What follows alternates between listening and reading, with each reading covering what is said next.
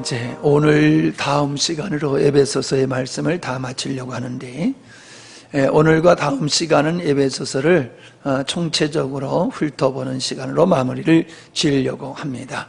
에베소서 1장 1절입니다. 하나님의 뜻으로 말미암아 그리스도 예수의 사도된 바울은 에베소서에 있는 성도들과 그리스도 예수 안에 있는 신실한 자들에게 편지하노니, 하나님 우리 아버지와 주 예수 그리스도로부터 은혜와 평강이 너에게 있을지어다. 아멘. 에베소서를 50번에 걸쳐서 에베소서의 말씀을 마쳤습니다. 장시간에 걸쳐서 말씀을 이렇게 나누다 보니까는 부분을 우리가 은혜가 되지만은 또 에베소서 전체를 이해하는 데 있어서는 좀 부족한 것 같습니다. 그래서 오늘 3장까지 말씀을 개괄적으로 살펴보고 또 다음 시간에 4장, 5장, 6장을 하려고 합니다. 자, 1장에서 우리가 중요하게 다뤄야 될 것이 뭐냐 하면은 첫째는 하나님의 주권이다라고 하는 겁니다. 1절 보면은 하나님의 뜻으로 말미암아라는 말씀이 있고요. 11절에 보면은 모든 일을 그의 뜻의 결정대로 일하시는 이의 계획을 따라 우리가 예정을 입었다라는 말씀이 있습니다. 그러면서 1절의 뒤에 보면은 바울 자신이 하나님의 뜻으로 사도가 됐다라고 얘기를 하고 있는데, 그가 성도들에게 그리고 그리스도 안에 있는 신실한 자들에게 편지를 하고 있다는 겁니다. 자, 여기서 우리는 하나님의 뜻, 즉 하나님의 주권적인 것과 하나님의 주권 안에 있는 성도의 관계를 우리가 놓쳐서는 안 된다라고 하는 겁니다. 우리가 하나님을 믿는다고 하면서도 우리들의 신앙의 틀은 이방 종교의 틀을 벗어나기가 어려워요. 왜냐하면 그런 아주 습성이 들어있고 그런 정서에서 우리가 이렇게 성장했고 살아왔기 때문에 그냥 이렇게 하나님을 예배하고 경외한다라고 하는 그런 측면은 이게 잘 훈련이 되어 있는데, 그분과의 인격적인 관계, 즉 창조자이신 하나님의 뜻, 주권자이신 하나님 앞에서 우리 성도라고 하는 존재가 어떤 존재냐라고 하는 부분에서는 늘 약해요. 들어서는 알고 있어요. 마치 이와 같은 거지요. 토기장이가 흙을 가지고 그릇을 빚는다라고 하는 관점에서 우리가 생각해 보면 하나님은 토기장이시고 우리는 흙이라고 하는 것이지요. 그래서 우리의 운명은 우리가 결정할 수 있는 게 아니라는 거예요. 우리의 인생을 우리가 선택하는 것 같지만은, 그러나 우리가 돌아보면은 나의 인생은 나의 선택에 의해서 이루어진 것이 아니라 하나님의 주권에 의해서 이루어졌다라고 하는 것을 돌아보면 알게 된다는 거예요. 우리가 살아가는 현장 속에서는 내 인생을 내가 주관하는 것 같아요. 나의 선택에 의해서 내 인생이 되어지는 것 같아요. 그러나 주님 안에서 지난날의 삶을 돌아보면 그게 하나님의 인도 속에 있었다라고 하는 것을 우리가 알게 되지요. 마치 예수님을 믿으면 구원을 받는다, 즉 선택의 예정을 보면요, 내가 선택되었는지 안 되었는지, 저 사람이 선택된 자인지 아닌지는 몰라요. 근데 또 예수님을 믿고 구원받은 후에 돌아보면은 내가 하나님을 믿는 건 전적인 하나님의 은혜다, 이런 고백을 할 수밖에 없어요. 우리가 지혜로워서 하나님을 알고 우리가 믿음이 있어서 선택한 게 아니라 하나님이 주신 은혜로 인하여 하나님을 알게 되고 하나님을 믿는 자리에 이르게 되었다라고 하는 겁니다. 그래서 우리의 신앙은 아주 중요한 것이 바로 우리가 인생을 살아가는 것과 믿음에 있어서 중요한 것은 주권자이신 하나님과 그 주권 안에 있는 피조물, 성도인 그리스도 안에 있는 우리의 관계다라고 하는 것을 우리가 깊이 인식을 해야 될 줄 믿습니다.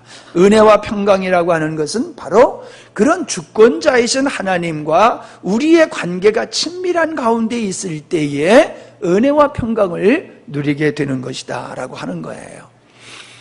제가 주일날 우리 아이들 오토바이 태워준다고 이제 하다가 좀 찬바람을 딱 쐬었더니 감기가 와버렸어요. 감기가. 그래서 어제 오늘 제가 좀 고생을 했는데 지금도 좀 귀가 멍멍해가지고 좀 잘 안 들립니다.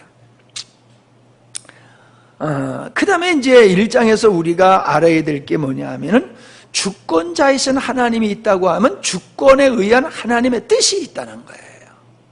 그냥 하나님은 주권자야 하고 끝나면 안 되는 거지요. 그 주권에 의해서 어떤 하나님이 계획이 있으시다는 거지요. 계획. 그 계획을 우리는 하나님을 인정한다라고 하면 하나님의 뜻, 하나님의 주권 속에 있는 하나님의 뜻과 우리 무관하게 살면 안 된다는 거예요. 그걸 무시하면 안 된다는 거예요. 우리가 하나님의 존재를 인정해야 되고 하나님의 주권을 인정한다라고 하면은 그 하나님의 뜻 안에 내 인생이 있다. 하나님의 뜻 안에 내 인생이 있다. 그리고 내 인생은 내 마음대로 다룰 수 있는 것이 아니라 하나님의 주권 앞에 우리가 순종하는 삶이 우리 성도의 삶이다 라고 하는 것을 우리가 깊이 각인되어 될 줄 믿습니다. 그 하나님의 뜻은 4절 5절에 보면은 거룩하고 흠이 없는 하나님의 아들들을 얻는 것이다 라고 하는 것이지요. 자, 이 거룩하고 흠이 없는 하나님의 아들들을 얻는 것이라고 하는 이야기는 뭐 너무 들어서 우리는 잘 알고 있지요. 근데 우리를 아들 되게 하기 위해서는 예수님의 십자가가 필요해요. 예수님의 십자가를 통해서 우리의 하나님의 아들이 됐어요. 근데 우리가 하나님의 아들들이 되는 부분에 있어서 거룩하고 흠이 없는 자가 되기 위해서는 먼저는 하나님의 은혜가 필요한 거지만 우리의 대가가 있어야 돼. 우리가 지불하는 대가. 우리가 예수 믿기 전에 가지고 있었던 생각과 모든 것을 그대로 가지고 있고서는 우리는 그 옛사람의 성향이 절대로 하나님이 원하는 사람으로 지어져 가게 하지를 않아요. 그래서 옛사람을 내가 십자가로 던져버리고 나에게 주신 생명으로 인하여 살 때에 우리는 거룩하고 흠이 없는 자가 된다라고 하는 것입니다. 이 말은 쉽지만은 이게 여러분 이 과정이 쉽지를 않아요. 이 과정이 쉽지를 않아요. 천연적으로 성품이 어질고 착한 것, 여러분 그것하고 주 안에서의 것하고는 차원이 달라요. 네. 그래서 우리는 이 거룩하고 흠이 없는 하나님의 아들들을 하나님께서 얻기 위해서 십자가라고 하는 과정을 통하여 우리를 아들 되게 하셨을 뿐만 아니라 우리 삶 속에서 하나님은 모든 걸 연합해서 우리를 훈련하시고 연단하시고 우리를 지어가시는 분이다 라고 하는 거예요. 우리 이 전도사가 굉장히 어려운 가운데 있지 않습니까? 그 전에 하나님께서 우리를 맷돌로 간다라는 말씀을 주셨어요. 가슴이 철렁하더라고요. 맷돌로 간다. 우리 맷돌을 갈면 알잖아요. 어떤 건지. 어찌 보면은 하나님, 우리가 참 악해서 하나님께서 누구보다도 악해서 이런 특별한 고난을 주시는 겁니까? 하는 생각도 들었지만은 저는 뭐 그렇다고 내가 의롭다고 생각은 안 합니다만은 하나님의 사랑하는 자이기에 하나님이 복음을 깨달은 자이기에 그냥 복음만 외치는 자가 아니라 그 복음의 사람이 되기 위해서 하나님은 이처럼 고난을 우리에게 허락하시는구나 라고 하는 걸 깨닫게 되었어요. 특별한 은혜를 입었기에 특별한 연단을 하나님은 하시면서 나를 다루고 계시구나 라고 하는 것을 제가 느꼈습니다. 글쎄요, 어떻게 생각하실지 모르지만은 여러분들도 특별한 존재로 여러분 믿으시면 돼요. 여러분들이 복음을 들었기 때문에 그렇습니다. 그러나 하나님이 우리를 다루시는 방법은 달라요. 저와 여러분은 특별한 은혜를 입었지만 저를 다루시는 방법과 여러분을 다루는 방법은 다릅니다. 그러나 분명한 것은 하나님은 우리를 구원하신 후에 그것으로 끝나는 게 아니라 구원하는 하나님의 아들들로 만든 후에 우리를 거룩하고 흠이 없는 자로 만들어 가신다라고 하는 것을 우리가 깊이 이해해야 될 줄 믿습니다. 이 일을 위해서 7절에 보면은 예수님께서 이 땅에 인간으로 오셨고 죄인으로 십자가를 지시는 과정을 통해서, 이 비하의 신분을 통해서 우리를 향한 하나님의 뜻을 이루시는 일을 우리 주님이 하셨다라고 하는 겁니다. 이 참 다시 말씀드리지만 말은 쉬워요. 근데 예수님이 아버지의 뜻을 이루기 위해서는 십자가를 지시는, 십자가의 고통을 당하시는 일을 기꺼이 원하셨어요. 땀방울이 핏방울이 되도록 아버지 뜻이 이루어지길 위해서 기도했어요. 제가 어저께 이 말씀을 이전서한테 했어요. 인류를 구원하기 위해서 하나님은 독생자를 십자가에 달리게 하셨다. 예수님은 아버지 뜻이 이루어지기 위해서 자기 자신이 십자가를 지는 고난을 통하여서라도 아버지 뜻이 이루어지기를 위해서 그렇게 땀방울이 핏방울 되도록 기도하셨다. 제가 위에서 기도하다 보니까 이게 더 강하게 다가와요. 우리는 고난을 피하게 해달라고 기도를 하지요. 어려움을 모면하게 해달라고 기도를 하지요. 근데 하나님은 당신이 세우신 뜻을 이루기 위해서 아들을 십자가에 던지셨고, 예수님은 아버지 뜻을 이루기 위해서 십자가를 기꺼이 지셨다라고 하면은 오늘 하나님의 아들 된 우리들은 어떤 자세로 살아가는가 하는 거예요. 내가 구원받아서 하나님의 자녀가 됐다고 하는 이 은혜만을 이야기하면은 좀 부족한 거지요.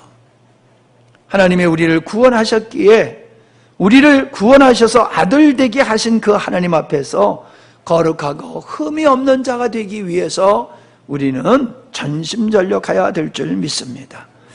자, 그것을 8절로 9절을 보면은요, 지혜와 총명을 우리에게 넘치게 하사 그 뜻의 비밀, 즉 창세전에 하나님께서 의도하신 주권으로 의도하신 그 하나님의 뜻을 하나님은 우리에게 알게 하셨다라고 하는 겁니다. 우리가 이 하나님의 뜻을 모르고 하나님의 뜻을 이룰 수는 없습니다. 창세전에 하나님께서 계획하신 걸 알고 그것이 예수님을 통하여 이루어진 것을 우리가 하나님이 지혜와 총명으로 우리에게 알게 하셔야지 우리가 그 길을 걸어갈 수 있어요.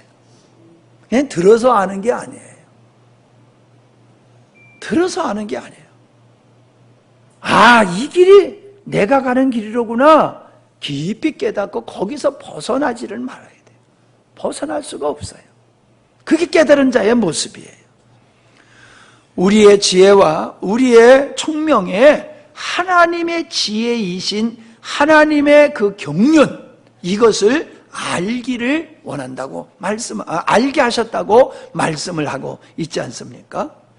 그걸 17절로 19절에서는 하나님을 알게 하시고 마음의 눈이 밝아져서 부르심의 소망과 기업의 풍성과 그분의 힘의 능력을 알게 해달라고 기도하고 있음을 보게 됩니다.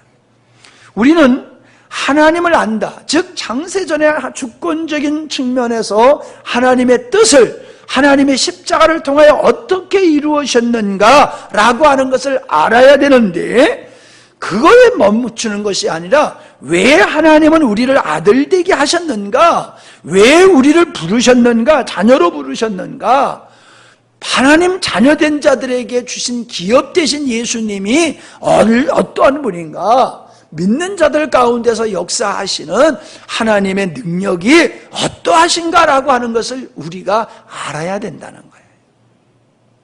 그냥 하나님만 뜻만 알아서는 안 된다는 거지. 하나님의 뜻이 이루어지기 위해서 지금도 일하고 계시는 우리 주님, 우리의 기업되어 주시는 우리 주님을 우리가 온전히 알아갈 때에 그분을 신뢰하고 그분을 의지할 수 있는 것이다 라고 하는 거예요. 이처럼 하나님의 창조적인 의도를 알고 하나님의 뜻을 알고 그것에 온전히 헌신하는 자는 어떤 삶이 되어지느냐? 3절, 6절, 12절, 14절을 보니까는 은혜의 영광을 찬미하게 되더라라고 하는 겁니다. 우리가 그냥 하나님은 창조주이니까 하나님을 찬미하는 게 아니에요. 우리가 하나님을 찬미할 수밖에 없는 근거가 우리 안에 있어야 돼요.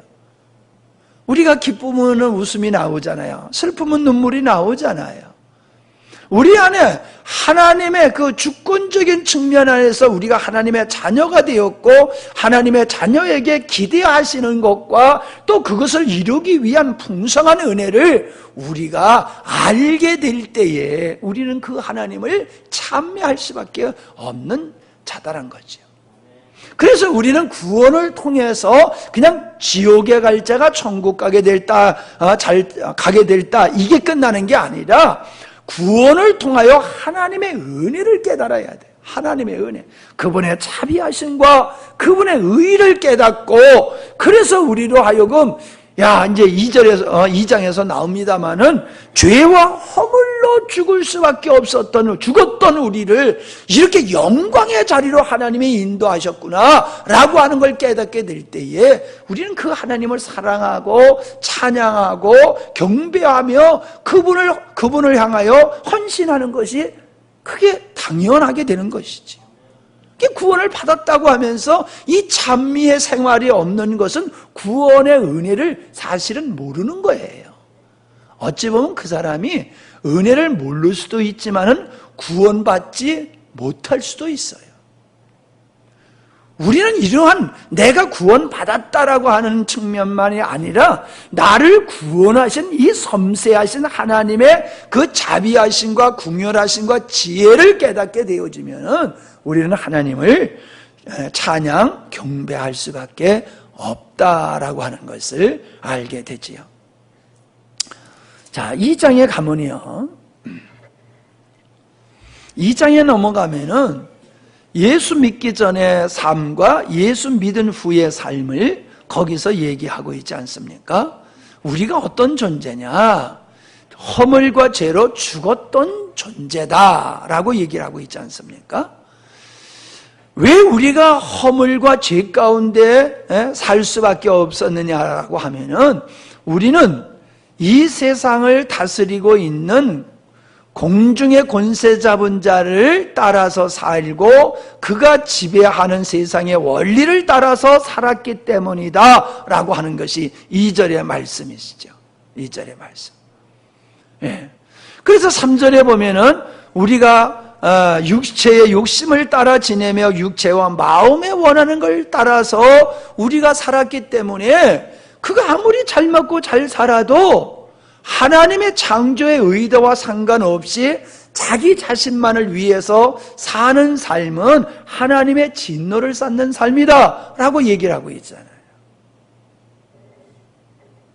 여러분, 이게 굉장히 중요한 겁니다.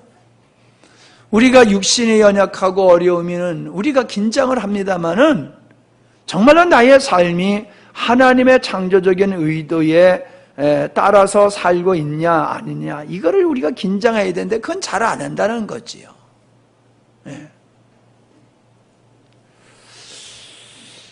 이게 중요한 거예요.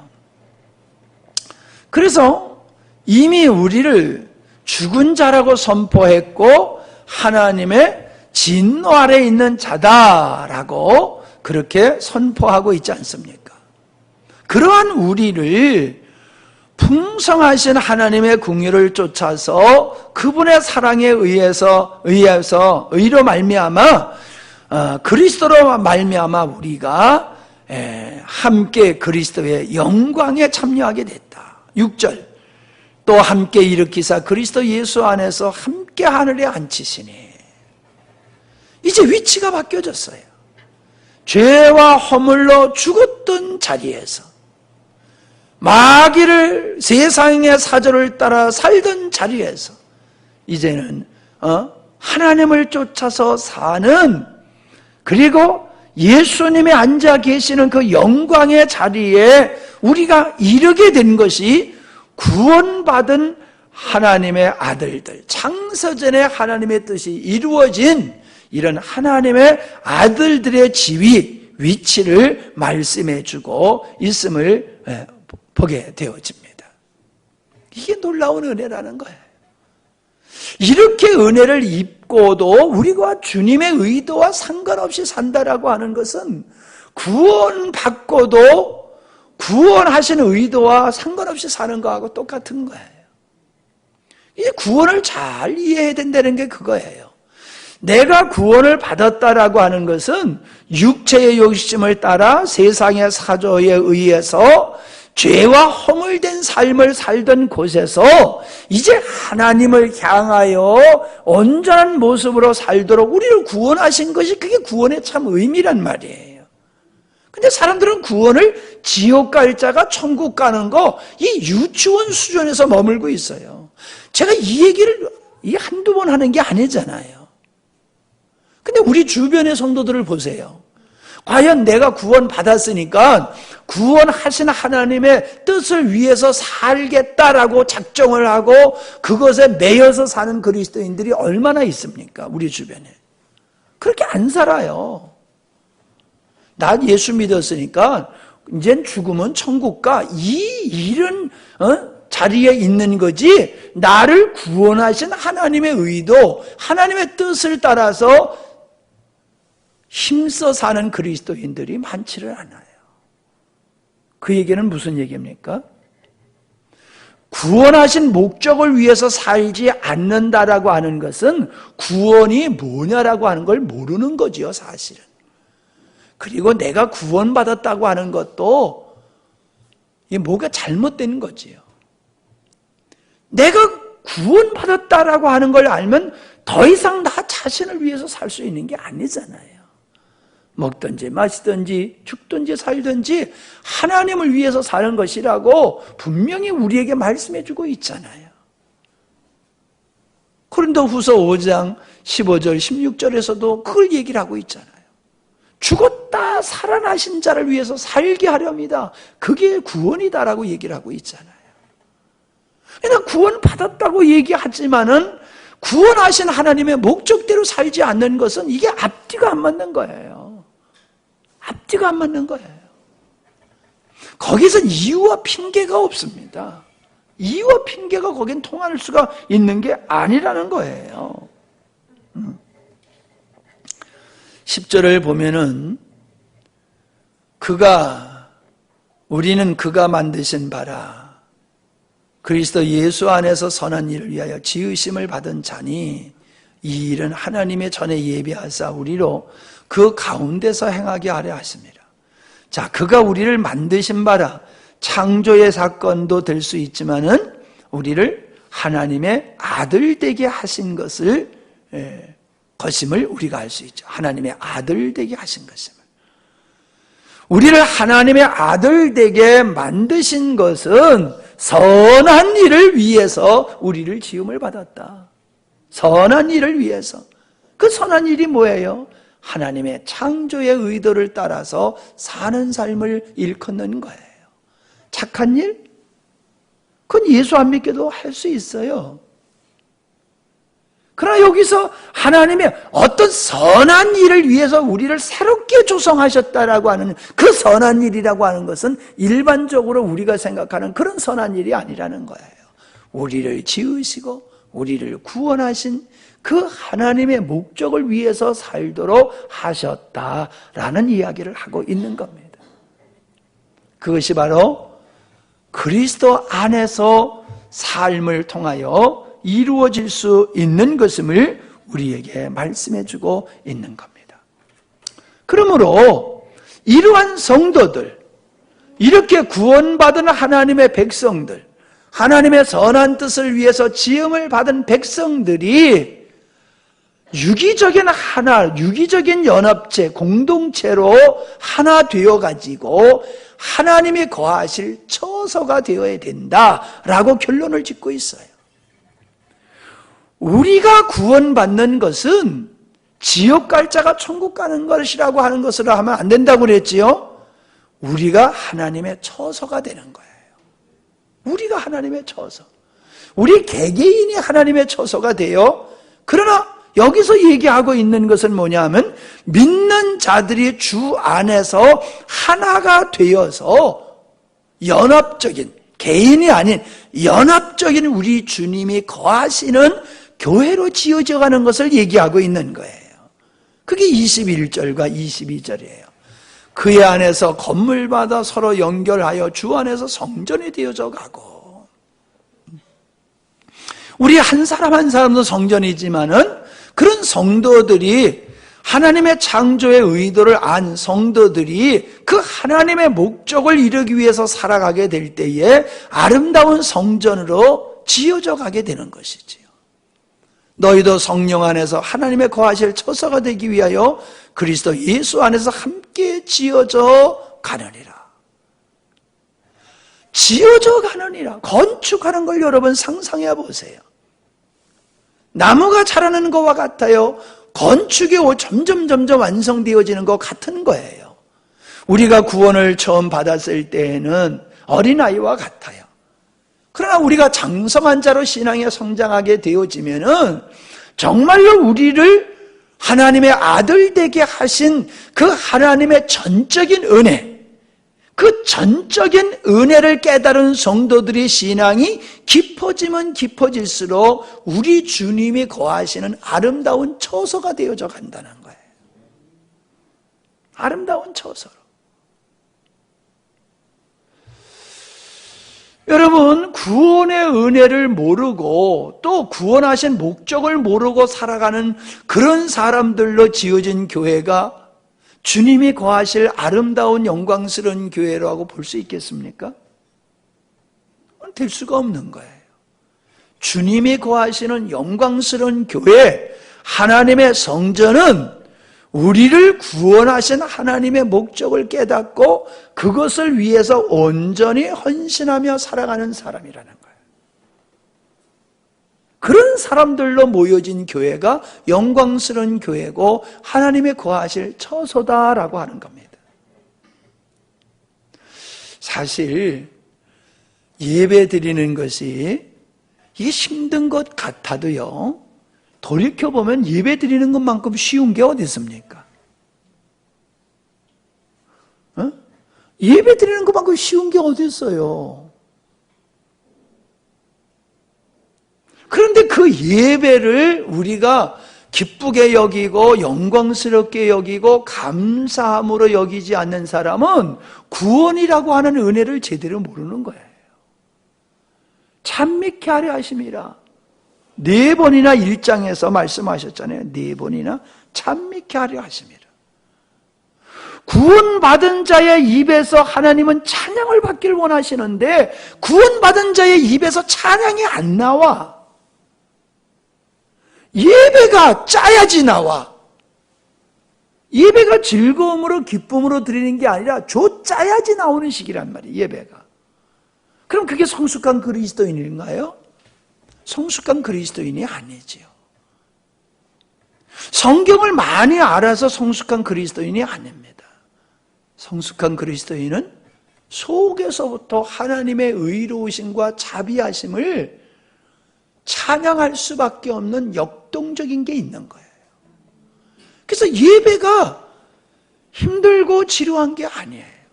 기쁜 거예요. 내가 예배에 참여했다고 하는 것이 영광스러운 거예요. 자랑스러운 거예요. 복된 것으로 여겨요. 근데 이게 아니란 말이에요. 이게 아니란 말이에요. 입술로는 하나님의 은혜를 얘기하지만 마음에 그 은혜의 감동이 없어요. 구원받았다고 하지만 구원받은 감격이 없어요. 기쁨도 없어요. 거기서 무슨 찬양이 나옵니까? 찬양이 안 나오는 거예요. 뭘 얻기 위해서는 열심을 내지요. 그건 진정 주님이 원하는 구원받은 자의 모습이 아니다. 하나님의 구하는 자의 모습은 그게 아니라는 거예요. 이해가 되십니까? 예. 이 영적인 설교는요, 정신 바짝 차리고 들어야지 분별이 되지, 가만히 들으면요, 이게 뭔가 뭔 얘기인지를 잘 몰라요. 자, 모퉁이 돌 되신다 그랬잖아요. 예수님은 모퉁이 돌. 20절 보세요. 예수님은 모퉁이 돌. 그리고 우리는 그 위에 세워진 벽돌들이라는 거예요. 예수님은 하나님이 거하실 처소, 영원토록 하나님을 경배할 수 있는 그 하나님의 집을 만들기 위해서 십자가라고 하는 모퉁이 돌이 되신 거예요. 우린 그 십자가라고 하는 모퉁이 돌 위에서 구원받은 하나님의 자녀들로서 이제 그 하나님의 기쁨과 영광이 되어지는 거예요. 할렐루야. 네.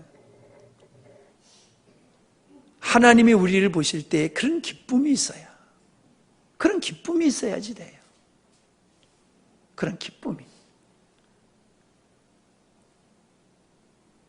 기쁨이 있잖아요. 하다못해 이런 꽃을 길러도 그 자라나는 걸 보고 거기서 꽃이 피고 열매를 맺는 거 보면 기쁘잖아요. 근데 열매가 안 맺어져. 그러면 기쁘지 않잖아요. 하나님이 여러분을 보실 때에 구원하신 기쁨이 있어야 된단 말이에요. 여러분을 구원하신 기쁨, 여러분을 자녀 만드신 기쁨이 주님 안에 있어야 된다고요.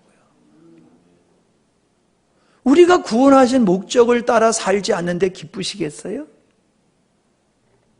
그 입에서 찬양이, 구원의 은혜에 대한 찬양이 안 나오는데 하나님 기뻐하시겠어요? 나는 예수 믿고 구원 받았대. 천국 간대. 근데 그 입에서는 찬양이 안 나와. 감사가 안 나와. 하나님이 기뻐하시겠냔 말이에요. 하나님이 구원하시는 구원은 그런 구원이 아니라는 거예요. 그런 구원이 아니라는 거예요. 이 전사가 그 힘든 가운데서도요, 하나님을 찬양하고 말이 안 되는데도 막 그냥 그 하나님을 찬양하려고 애를 쓰는 모습을 보면요, 얼마나 귀하고 아름다운지 몰라요. 만입을 가지고 모든 말을 다 한다 할지라도 그 입으로 하나님을 찬양하지 않는 입술은 복된 입술이 아니에요. 복된 입술은 하나님의 은혜를 깨닫고 하나님을 입술을 열어서 찬양하는 거예요. 3장입니다. 자, 하나님의 경륜을 얘기하고 있지요. 하나님의 주권자이신 하나님께서 당신의 뜻대로 예정하신 일들을 이루어 가시는 과정을 경륜이다, 그렇게 말씀하고 있지요. 근데 이 경륜을 하나님은 감추었어요, 과거에는. 근데 가면서 점점 하나님께서는 이 경륜을 뚜렷하게 우리가 알 수 있도록 드러내 주셨지요. 그 하나님의 경륜은 믿지 않는 자와 믿는 자들, 즉 유대인들과 이방인들을 그리스도 안에서 하나 되게 하시는 것이다 라고 하는 이방인들을 포함하신 하나님의 구원의 계획을 말씀해 주고 있지요. 그것이 9절까지에 쭉 나오면서 이것은 하나님의 영원 전서부터 9절에서도 얘기하고 있고 11절에서도부터 영원부터 하나님께서 계획하신 것이다 라고 하는 이야기를 하고 있습니다. 중요한 것은 뭐냐 하면 3장에서는 나 바울은 이 하나님의 경륜을 전파하도록 부름을 받은 일꾼이다, 그렇게 얘기하고 있는 거예요. 여러분, 바울만 이 하나님의 경륜을 전하는 자로 세우심을 받은 겁니까? 아니에요. 이 은혜가 열려진 사람, 하나님의 십자가의 복음, 하나님의 창조의 의도, 하나님의 경륜이 열린 사람은 그 입술을 열어서 하나님을 찬양할 뿐만 아니라 이 하나님의 지혜와 하나님의 경륜을 세상에 알리기를 원하신다는 거예요. 바울만이 아니라 이 은혜를 깨달은 사람은 알리라는 거예요. 선포하게 하라는 거예요. 우리는 복음을 전하는 것을 전도하는 거다, 이렇게 얘기를 합니다. 복음을 전하는 것은 전도다. 다시 말하면 구원의 길을 전도라고 얘기하는 거지요. 전도하는 게 뭐야? 복음을 전하는 게 뭐야? 복음을 전하는 길은 사람들의 구원을 받을 수 있도록 구원의 길을 가르쳐 주는 것이지요. 내가 늘 얘기하지만 이게 잘못된 거예요.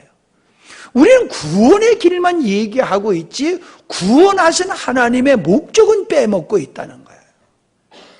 하나님이 왜 우리를 구원하셨는지를 그걸 강조해야 되는데 그걸 강조하지 아니하고 죽으면 천국 가 이것만 강조하다 보니까 죽으면 천국 간다는데 안 믿을 사람이 어디 있어요? 믿는 거지요. 그러나 하나님은 구원받은 자들이 그 구원에 감격하여 하나님을 참 믿게 하신 것을 빠뜨리고 있단 말이에요. 그걸 빠뜨리고 있어요.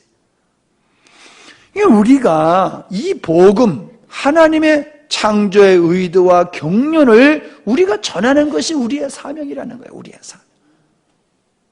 직접적으로 말씀의 지혜 있는 사람은 입술을 열어서 전하기도 하고 어떤 사람은 경제적으로 후원해서 그 일을 하기도 하시고 어떤 사람은 그 일을 위하여 음악으로 역사할 수도 있고 어떤 사람은 또 재능으로 도와서 그 일을 할 수도 있고 사랑을 베풀므로 어떤 방법으로든지 우리는 예수님의 복음을 전하는 것이 성도의 삶이다. 그게 부담스럽다고 생각하시면 안 돼요. 왜? 예수님은 그 아버지 뜻을 이루기 위해서 십자가까지 지셨는데 우리는 전하는 게 뭐가 어렵습니까? 십자가를 지는 것과 비교하면 우린 거저먹기잖아요. 아버지 뜻을 이루기 위해서 예수님은 십자가 지셨는데 근데 이루신 뜻을 전하는 것이 얼마나 쉽습니까? 근데 이 일을 우리가 게을리하고 있어요. 태만해하고 있어요. 왜 게을리하고 태만해합니까? 가치를 모르고 있는 거예요. 말은 하지만 가치를 모르고 있는 거예요. 가치를 알면 그렇게 할 수가 없어요. 우리가 복음을 전하지 않는 것은 영혼과 복음의 가치를 우리가 깊이 인식하지 못하기 때문에 우리가 이 복음, 하나님의 경륜을 우리가 힘써 전하지 못하는 것이다. 그 7절, 9절의 말씀이고요. 10절로 11절까지는 교회의 사명도 거기에 있다는 거예요. 교회가 이 땅에 왜 있느냐? 구제가 목적이 아니에요. 교회가 구제하는 일을 해야 돼요. 그러나 교회가 구제를 위해서 이 땅에 존재하는 게 아니에요. 예수님은 이 땅에 이제 성탄절이 다가오니까 그러는데 예수님은 가난하고 힘없는 자들 도와주러 병든 자들 치료해 주러 오신 게 아니에요. 아버지 뜻을 이루기 위해서 오신 거죠. 그러니까 교회가 이 땅에 존재하는 목적은 하나님의 은혜 받기 위함도 아니고요. 교회가 이 땅에 유일하게 존재하는 목적은 복음을 전하는 데 있는 거예요. 복음을 전하는 데. 그게 교회의 사명이에요. 교회에서. 근데 지금 반대로 가고 있잖아요. 교회들이 지금 반대로 가고 있어요. 다른 건 풍성해요. 그러니까 세상 사람들이 좋아해요. 육체적인 사람들이 좋아해요. 근데 거기에 뭐가 빠져나가요? 그리스도의 십자가가 빠져나가는 거예요. 하나님의 창조의 경륜에 빠져나가는 거예요. 그러니까 교회가 형식만 있지 내용이 없는 그런 나약한 세상의 빛의 역할을 할 수 없는 교회가 되는 이유가 거기에 있는 것이다 라고 하는 것을 우리에게 보여주고 있는 겁니다. 여러분, 복음의 극치는 3장 마지막에 나와 있는 겁니다. 속사람으로 강건케 해야 된다라는 말씀을 16절에서 하고 있어요. 속사람, 이 속사람이 뭐예요? 구원받은 사람을 얘기하는 거지요. 구원받은 사람의 영혼이 강해져야 된다. 강해져야 된다. 그 구원받은 사람의 영혼이 강화되어지기 위해서는 어떻게 해야 되느냐? 그리스도의 사랑을 깨달아야 된다. 그리스도의 사랑을 깨달으면은 하나님의 풍성함이 너희에게 임할 거다. 그렇게 말씀하고 있어요. 하나님의 은혜가, 하나님의 충만하심이 우리에게 충만할 때 그 속사람이 강화되는 거예요. 주님이 우리 안에서 충만하면은 우리는 그만큼 강한 사람이 되지만 주님이 충만하지 못하면요, 우리는 강한 사람이 될 수가 없어요. 그 하나님의 충만은 어디에서 이루어지느냐? 예수님의 사랑을 깨달을 때에 가능하다는 거예요. 그러니까 우리가 성경을 열심히 배우고 연구하는 것도 중요하지만은 그 성경을 배우고 연구하는 목적이 어디에 있느냐? 지식을 얻는 데 있는 게 아니라 하나님의 사랑을 깨닫는 데로 가야 돼. 성경을 열심히 연구하고 열심히 성경을 읽는 이유는 많은 지식을 얻는 데 있는 게 아니에요. 그 성경 지식이 더해질수록 뭘 알아야 돼? 와, 하나님은 이런 분이시로구나. 와, 우리 주님은 이런 분이시로구나. 그러면 내가 주님의 사랑으로 채워지게 되는 거예요. 그럴수록 내 안에 주님의 사랑으로 채워지게 되는 거예요. 그 주님의 사랑으로 채워지면 우리의 속사람이 강건하게 되어지는 거지요. 그러면 우리로 하여금 영원토록 하나님을 찬양하는 찬양에 끊치지 아니하고 우리가 복음을 전하는 일의 능력자로 우리는 서갈 수 있게 되는 것이라는 거예요. 동력이 있어야 돼요. 동력이. 내 이전도사한테 야, 믿음으로 굳게 서야 된다 그랬더니 믿음도 우리 힘으로 되는 게 아니잖아요. 하나님이 주셔야지 되죠. 맞아요. 우리의 믿음이 내가 믿으면 되는 것 같지만 아니에요. 하나님이 나에게 믿음을 주셔야지 내가 믿을 수 있는 거예요.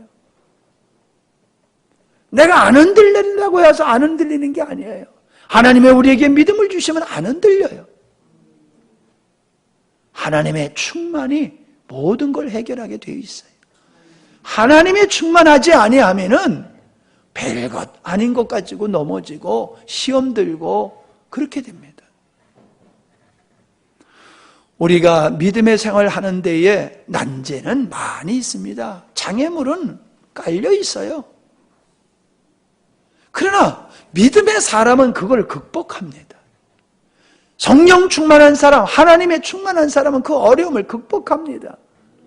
그런데 성령 충만하지 못하고 믿음 충만하지 못하면은 조그만 일에 걸려 넘어져서 그 입에서 찬양이 나오는 것이 아니라 한숨이 나오고 불만 불평이 나오고 원망이 나오고 그렇게 되는 거예요.